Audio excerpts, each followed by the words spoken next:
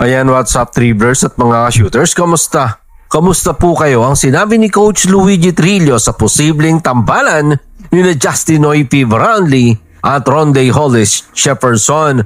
At ito namang si Jason Brickman finally sasali na sa PBA Rookie Drop. Yan ang ating pag-uusapan, tatalakayin sa video ito. Matapos po akong maglambing sa inyo ng isang like, share, comment down below, and don't forget to subscribe and hit that notification bell button para lagi po tayong updated sa ating pong mga video. At lahat po ng ating shoutout ay nasa dulong bahagi lang po ng bidyong ito. Isa nga po ang 33 years old na si Jason Brickman ang mga magpapadrop this coming PBA Rookie Drop na gaganapin this coming September 7. Kinumpirma nga po iyan ang kanyang kinatawan na si Marvin Espiritu of Espiritu Manotok Basketball Management. Ang pagsama ni Jason Brickman's this coming PBA Rookie Drop ay nagbigay ng lalim sa darating na PBA Drop. Sa haba nga po ng karanasan ito bilang isang manlalaro na naglaro kung saan-saang International League, ang Phil Amgard ay minsan din pong naglaro sa USA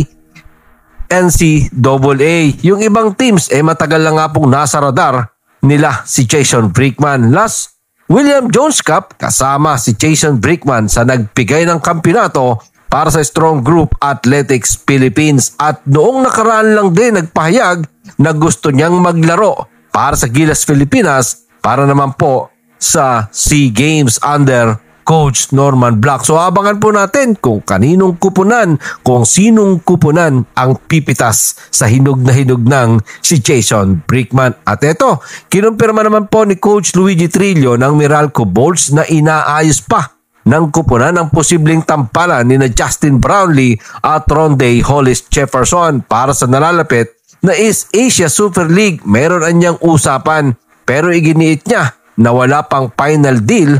Ito nga pong si Rondé Hollis Jefferson at si Justin Brownlee. Sa pagbabalik nga daw po nila sa September 1 para muling pag-usapan ang kanilang mga plano at kung papaano ang kanilang mga gagawin. Narito po si Coach Luigi Trillo sa ulat ng Fast Break.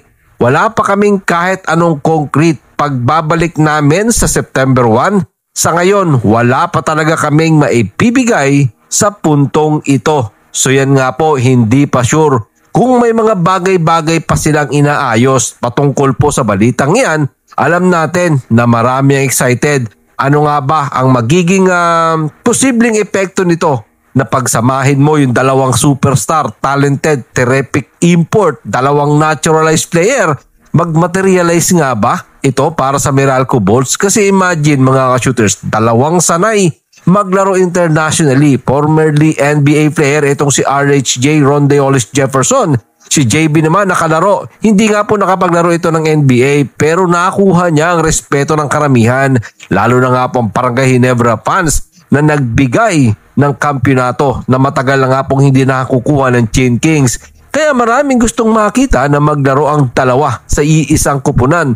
Tulad nga po nito, tapos parang national team na din ang kanilang lalaruan kasi nga shooters, yung East Asia Super League ay isang Asian League. Nandyan nga po mga teams mula sa Japan, KBL at PBA. So talagang nakaka-excite itong mapanood. Simula ng Meralco o sisimula ng Meralco ang kanilang kampanya sa East Asia Super League this coming October 22, laban nga po sa Japan Golden Kings. So mga ka-shooters, again, sabi po ni Coach Luigi Trillo, hindi pa na isa sa pinal. So ngayon, aantayin natin ang announcement patungkol sa posibleng tambalan nga po ni Justin Brownlee at Rondé Hollis Jefferson. Maraming salamat po sa inyong panunod. Ano naman po ang inyong maging opinion? Diyan po natin yan pag-usapan sa comment section. Ingat and God bless everyone.